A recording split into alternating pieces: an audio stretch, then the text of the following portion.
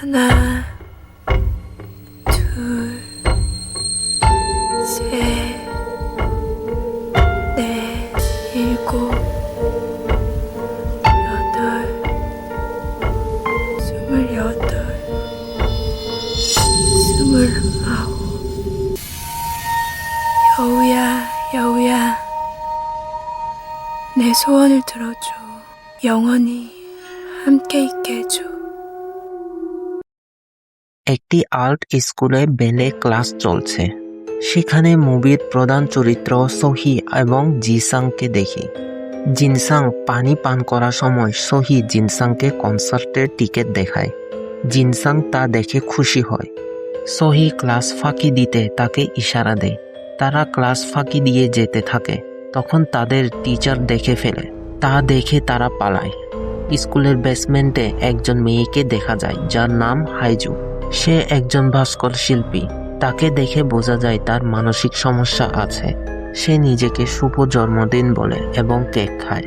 তখন তার একজন সহপাঠী ইউনজি বেসমেন্টে আসে এবং হাইজুকে নিয়ে ঠাট্টা করতে শুরু করে।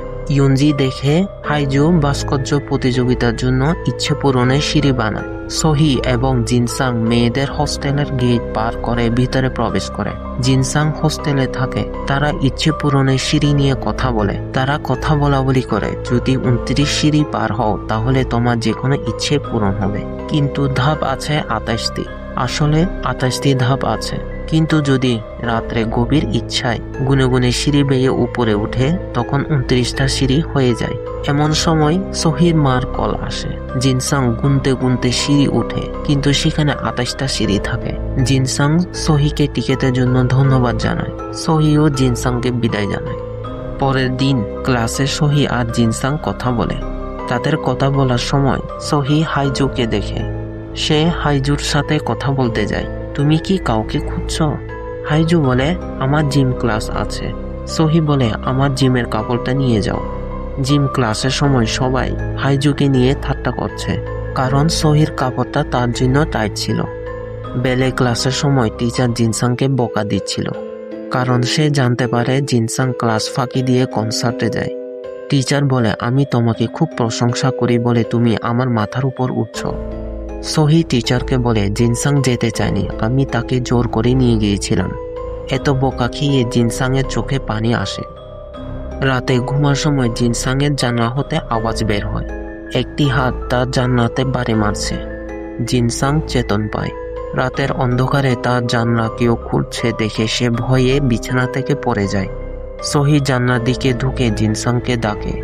সোহি বলে, আজ রাতে আমি এখানে থাকি। সোহি তাকে আরো বলে, জানো মা আমাকে কেন বেলে করাতে চায়? সে বেলে করতে চেয়েছিল, তাই আমারও করতে হবে। এরপর তারা ফটো তোলে। একটা বেলে কম্পিটিশন হচ্ছে। শুধু একজন রাশিয়া বেলে স্কুলে টিকবে। টিচার আগের থেকে মূল চরিত্র গিজেল সোহিকে ঠিক করেছে। জিনসাং আড়াল হতে সব শুনতে পায়। সে এটাতে খুশি নয়। দেখা যাচ্ছে সোহির পারিবারিক কানেকশনের কারণে তাকে সুযোগ দেওয়া হচ্ছে। জিনসাং হেইজুর ইচ্ছে পূরণ সিঁড়ির স্থাপত্যতা দেখে। তখন সেখানে হেইজু আসে। জিনসাং তাকে দেখে হাসে।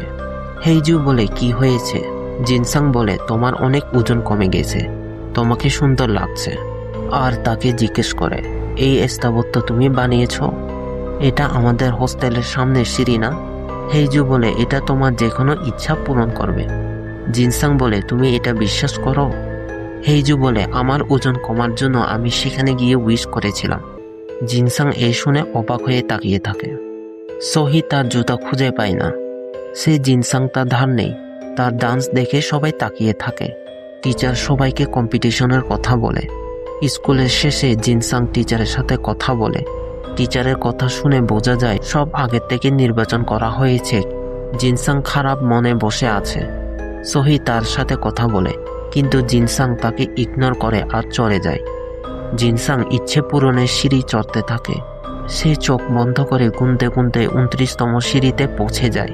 সে চোখ বন্ধ করে একটা উইশ করে, শিয়াল শিয়াল আমার ইচ্ছা পূরণ করে দিন, আমাকে কম্পিটিশনে জিতে দিন। কম্পিটিশনের জন্য সবাই প্রস্তুতি নেয়। জিনসাং তার ড্রয়ার খুলে দেখে সহি তার জন্য নতুন জুতা কিনে তার ড্রয়ারে রেখেছে। জিনসাং সহির জুতা তাকে ফেরত দেয়। নাচার সময় জুতাতে রক্ত দেখা যায়, কারণ সেই জুতাতে জিনসাং কাচের টুকরা রাখে। তবুও সহি তার নাচ সফল করে।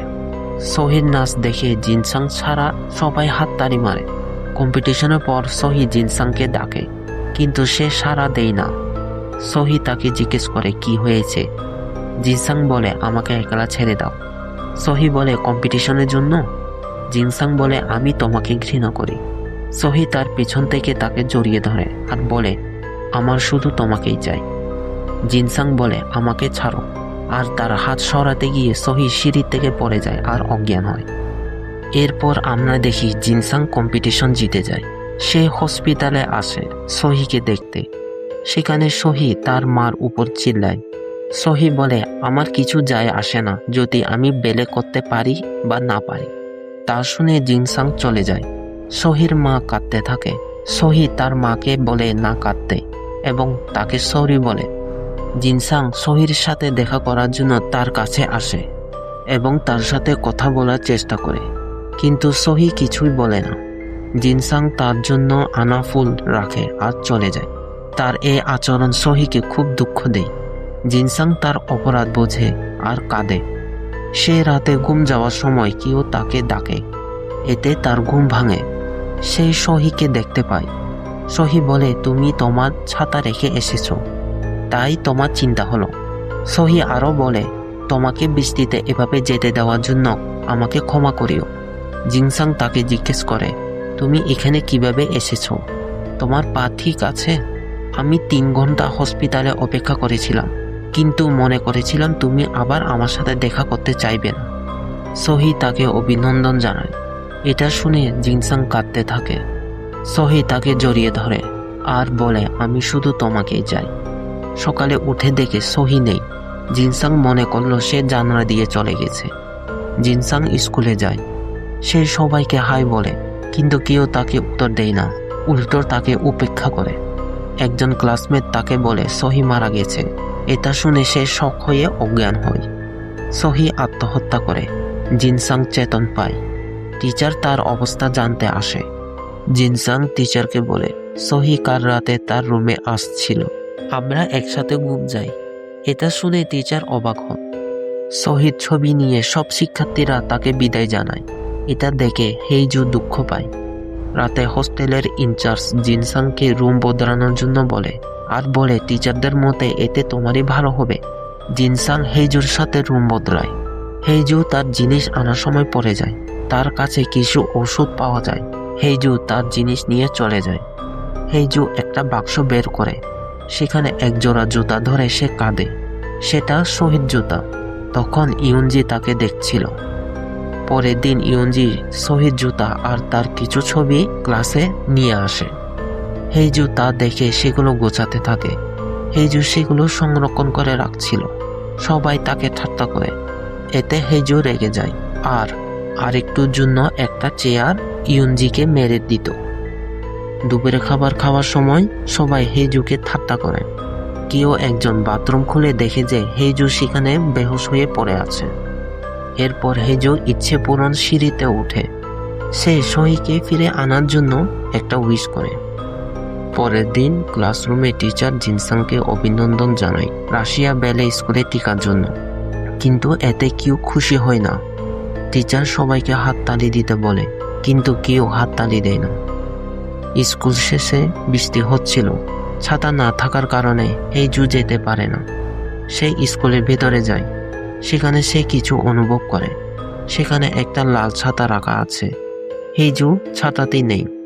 সে বাথরুমে হাত ধোয়ার সময় তার পাশের আয়নায় সহিকে দেখতে পায়। হেইজু তার রুমে আসে। সে তার ওষুধ খায়। সেখানে সে রুমে অস্বাভাবিক কিছু দেখা যায়। এমন সময় তার কাছে সহি আসে বলে, পিছন থেকে তোমার চুল দেখতে খুব সুন্দর লাগে। সে আয়নার সামনে এসে দেখে সেখানে তার চেহারা জাগায় সহির চেহারা এবং পাশে আরেক সহি এসে বলে, আমি সর্বদা তোমার সাথে মিশতে চেয়েছিলাম।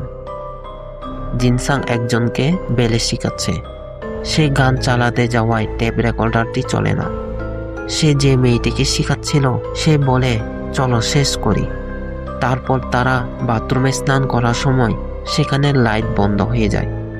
লাইট আবার যখন আসে তারা আবার স্নান করার সময় জিনসাং দেখে পানি রক্তে পরিণত হয়েছে এবং এটা দেখে সে ভয় পায়। তারা তাড়াতাড়ি বের হয়ে যায়। এমন সময় ট্যাব রেকর্ডারটি নিজে নিজে চলতে শুরু করে এবং সেখানে সহিকে নাচতে দেখা যায়। হোস্টেলের বাইরে প্রচুর বাতাস হচ্ছে। হোস্টেলের মেয়েরা এতে ভয় পেতে থাকে কারণ সেখানে লাইটও জ্বলছে না। হেইজুকে দেখা যায় কারোর সাথে কথা বলতে। জিনসাং তার লাইট জ্বালিয়ে আশেপাশে দেখে। সে শুয়ে পড়ার সময় কিছু একটা অনুভব করে, কেউ তার দরজা খোলার চেষ্টা করছে। জিনসাং তার দরজা খুলে আর হেইজু ভিতরে ঢুকে বলে, আমি ক্রমাগত আওয়াজ শুনছি, কেউ আমার জানলা খোলার চেষ্টা করছে, আমাকে আজ রাত এখানে ঘুমাতে দাও। জিনসাং বলে এটা বাতাসের আওয়াজ আর তাকে তার রুমে যেতে বলে। হেইজু তাকে সরি বলে চলে যায়। ইউনজি স্কুল যাওয়ার আগে ইচ্ছে পূরণের সিঁড়ি চড়ে। এরপর ভাস্কর্য ক্লাসে টিচার ইউনজিকে বলে, আমি তোমার কাজ চেক করব। ইউনজি আর্ট কম্পিটিশনের জন্য প্রস্তুতি নিচ্ছে। এমন সময় সেখানে হেইজু আসে। ইউনজি তাকে বলে, আমি তোমাকে বলেছিলাম না আমার সামনে না আসতে। হেইজু তার চুল টানে। ইউনজি কোনোমতে নিজেকে ছুটে নেয়। হেইজু তার সামনে আসে আর তাকে বলে, তুমি হেইজুকে কেন কষ্ট দাও? আমি জানি তুমি আর্ট কম্পিটিশন জেতার জন্য উইশ করেছিলে। আমি তোমার ইচ্ছে পূরণ করে দিব। হেইজু তাকে মেরে ফেলে। টিচার সে রুমে আসে। সে ইউনজির ভাস্কর্যটি দেখে খুশি হয় আর সেখানে একটা কাগজ রাখে।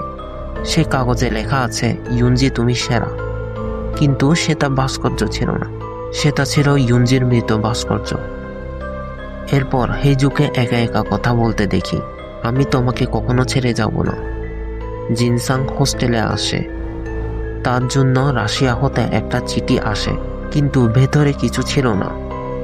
জিনসাং বেলে ক্লাসরুমে যেয়ে দেখে সবাই কেক নিয়ে তাকে অভিনন্দন জানাচ্ছে, কিন্তু তারা সেই কেক তার মুখে মেরে চলে যায়। এরপর জিনসাং সেই জায়গায় আসে যেখানে সহি পড়ে গিয়েছিল। সেখানে সে কিছু একটা অনুভব করে। সে অনুভব করে কেউ সিঁড়ি হতে নিচে পড়ে যায়। সে ভয়ে সেখান থেকে চলে যায়। জিনসাং হোস্টেলের পিছনে সিঁড়িতে বসে আছে। তার ফোনে একটা মেসেজ আসে। সে মেসেজটা সহি হতে আসে, 7টার দিকে ভাস্কর্য রুমে আসো। জিনসাং ভাস্কর্য রুমে আসে। সেখানে ধীরে পিছন থেকে হাত দিয়ে কেউ তার চোখ ধরে। জিনসাং পিছন দিকে তাকিয়ে দেখে সে হেইজু। হেইজু জিনসাংকে বসায়। হেইজু তাকে বলে, আমি তোমার জন্য কিছু প্রস্তুত করেছি। পিছনে একটি আয়না ছিল। সেখানে দেখা যায় সে হেইজু না, সে সহি। সহির আত্মা হেইজুকে পজেস্ট করেছে। সে তাকে একটা ওয়াইনের বোতল দেখায়। জিনসাং তাকে জিজ্ঞেস করে, তুমি আমার সাথে এটা করছো কেন? হেইজু বলে, আমরা তো বান্ধবী। হেইজু সহির আত্মা দ্বারা পজেস্ট। হেইজুর আচরণ সহির মতো দেখে জিনসাং একটু কনফিউজড হয়। জিনসাং সেখানে একটা ভাস্কর্য দেখে, এটা সহির ভাস্কর্য। জিনসাং সেখান থেকে পালাবার চেষ্টা করে। পালাবার সময় হেইজুকে সামনে পায়। হেইজু জিনসাংকে বলে, সহি বারবার আমার কাছে আসছে, আমাকে হেল্প করো। এটা বলে সে জিনসাংকে জড়িয়ে ধরে আর বলে, আমার শুধু তোমাকে দরকার। এটা শুনে জিনসাং চলে যাওয়ার সময় হেইজু তাকে পিছন থেকে ধরে। জিনসাং নিজেকে ছোটাবার চেষ্টা করে। হেইজু সহির মতো সিঁড়ি থেকে পড়ে যায়। জিনসাং পালাবার সময় দেখে বাইরে দরজা বন্ধ। সে বেসমেন্টে ঢুকে এবং দরজা লক করে। হেইজু দরজার কাঁচ ভেঙে দরজা খুলে। জিনসাং সেখানে লুকিয়ে আছিল। সে বের হয়ে হেইজুকে বলে, আমি সহিকে সেদিন ধাক্কা দেইনি। আরো বলে, হেইজু তুমি পাগল হয়ে গেছো।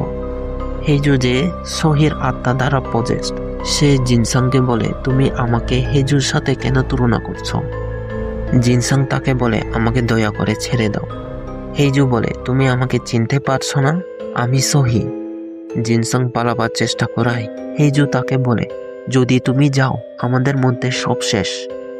এরপর হেইজুকে বলতে শুনি, জিনসাং তোমাকে পছন্দ করে না আর নিজেকে জ্বালিয়ে ফেলে। জিনসাং তার জিনিসপত্র গুছাচ্ছে। সে তার পিছনে কাউকে অনুভব করে। এরপর দেখি আগের চিত্র, যখন জিনসাং সহির জুতায় কাচের টুকরা রাখে। যখন জিনসাং এটা করেছিল, একজন সহিকে তা দেখিয়ে দেয়। এ দেখে জিনসাং বুঝতে পারে সে যে জুতায় কাচের টুকরা রেখেছিল সহি তা আগের থেকে জানতো। জিনসাং তার রুমে আসে এবং তার জিনিস প্যাক করে। এমন সময় জানলায় সহির আত্মা দেখা যায়। সে জানলা খুলে আর ভিতরে ঢুকে। জিনসাং ভয়ে আলমারিতে ঢুকে। আলমারিটা অস্বাভাবিকভাবে দুলতে থাকে। যখন একটু শান্ত হয় জিনসাং ধীরে আলমারি খুলে দেখে বাইরে কেউ নেই। সে আবার আলমারির ভিতরে ঢুকে বসে থাকে। সেখানে আমরা হেইজুর আত্মাকে দেখি। হেইজু জিনসাংকে জড়িয়ে ধরে। তখন জিনসাং সেখান থেকে বের হয়, কিন্তু সহির আত্মা তাকে পিছু করে। জিনসাং বেলের রুমে ঢুকে। সেখানে গান নিজে নিজে বেজে ওঠে আর সহির আত্মা উপরে হাওয়াতে দেখে জিনসাং ভয়ে চিৎকার করে এবং চলে যায়। সহির আত্মা তার প্রতিশোধ চায়। জিনসাং আবার ইচ্ছে পূরণের সিঁড়ি চড়তে থাকে, কিন্তু সহির আত্মা তাকে বাধা দেয়। জিনসাং 29তম সিঁড়িতে পৌঁছাতে পারে না। সে কাঁদতে কাঁদতে বলে, সব আগের মতো করে দাও। সেখানে সহির আত্মাকে দেখা যায়। জিনসাং যখন সহির আত্মাকে দেখে সে চলে যেতে চাইল, কিন্তু সহির আত্মা বলে, তুমি আমাকে কেন অ্যাভয়েড করছো? আমি তোমার জন্য এখানে অপেক্ষা করছি, তুমি আমার সব। জিনসাং বলে, আমি তোমাকে ঘৃণা করি না, আমি শুধু একবার জিততে চেয়েছিলাম। সহি বলে, অসুবিধা নেই, আমরা তো বান্ধবী। জিনসাং বলে, তুমি কি আমাকে ক্ষমা করবে? সহি বলে, অবশ্যই। আমি তোমাকে কিভাবে ঘৃণা করতে পারি? সহি আরো বলে, আমি তোমাকে যত পছন্দ করি তুমি হয়তো আমাকে ততটা পছন্দ করো না। আমি তোমার সাথে সব সময় থাকতে চাই। সহি জিনসাংকে এত জোরে জড়িয়ে ধরে যে এতে জিনসাং মারা যায়। জিনসাংয়ের শরীর সিঁড়িতে পড়ে থাকে। এরপর সহি অদৃশ্য হয়ে যায়। এরপর একজন মেয়েকে ইচ্ছে পূরণের সিঁড়ি চড়তে দেখা যায়। সে জিনসাংয়ের রুমে থাকতে আসে। সে সেখানে কিছু একটা অনুভব করে। এতে মুভিটির শেষ হয়। মুভিটির নাম হুইসপারিং করিডোরস 3 উইশিং স্টেয়ার্স। এটা হুইসপারিং করিডোর সিরিজের তৃতীয় মুভি, যা 2003 সালে বের হয়। এই মুভির প্রধান চরিত্র জিনসাং ভূমিকা পালন করেন সং জি হিউ। তিনি intruder, unstoppable, emergency couple, the হুইস ডিনার মতো ইত্যাদি প্রজেক্টে এবং কোরিয়ার দীর্ঘ সময় চলা রিয়েলিটি শো রানিং ম্যানে কাজ করেন। সহি চরিত্র পালন করেন পার্ক হান বিও। তিনি the sleepless, the black dress, love in sadness মতো ইত্যাদি প্রজেক্টে কাজ করেন। হেইজু চরিত্র পালন করেন জো আন। তিনি হ্যালো মাই লাভ, মুই, the legend of A portrait, my little hero মতো ইত্যাদি প্রজেক্টে কাজ করেছেন। সো বন্ধুরা, এই মুভির গল্পটি আপনাদের কেমন লাগলো? যদি এরকম আরো হরর মুভির এক্সপ্লেনেশন শুনতে চাইলে চ্যানেলটি সাবস্ক্রাইব করিয়ে, আর অন্য কোনো গল্পের এক্সপ্লেনেশন শুনতে চান তাহলে কমেন্ট করিয়ে। দেখা হচ্ছে নতুন আরেক গল্প নিয়ে।